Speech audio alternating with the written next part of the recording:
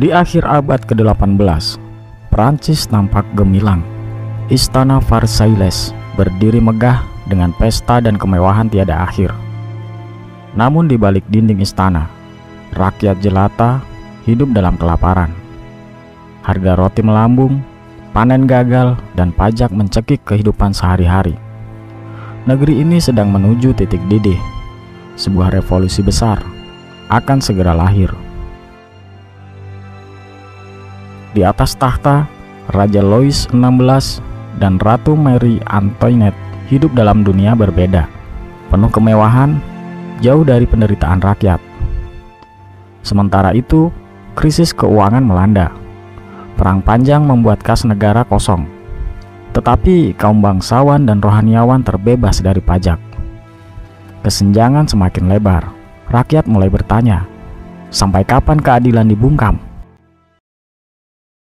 Tahun 1789, Raja memanggil sidang besar bernama Etats Generaux, dewan yang mewakili 3 golongan, bangsawan, rohaniawan, dan rakyat biasa. Namun suara rakyat kembali dipinggirkan. Merasa diabaikan, wakil rakyat keluar dan membentuk Majelis Nasional.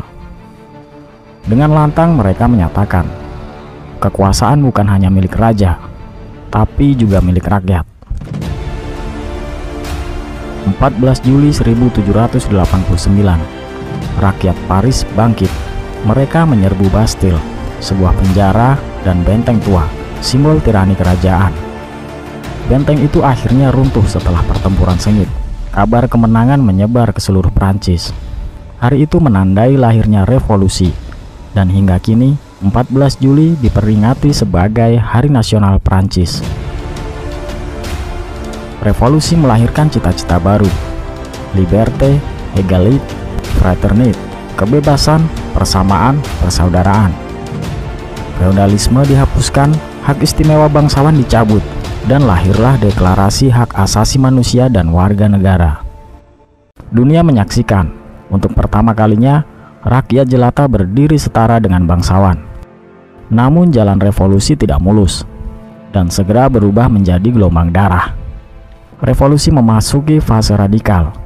Tokoh-tokoh seperti Robespierre, Danton, dan Marat memimpin dengan tangan besi. Raja Louis XVI ditangkap, diadili, dan dihukum mati dengan guillotine. Tak lama, Sang Ratu Marie Antoinette menyusul. Guillotine berdiri tegak di alun-alun, menjadi saksi bisu ribuan eksekusi.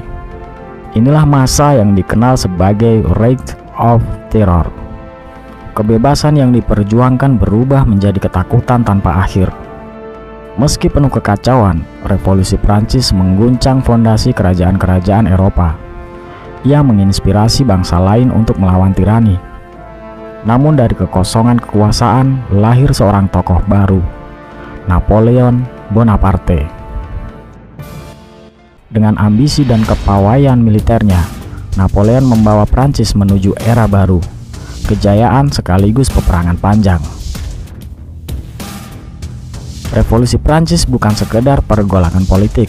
Ia adalah cerita tentang keberanian rakyat kecil menantang kekuasaan absolut, tentang harga kebebasan yang dibayar dengan darah, dan tentang warisan abadi yang masih bergema, bahwa semua manusia dilahirkan bebas dan setara.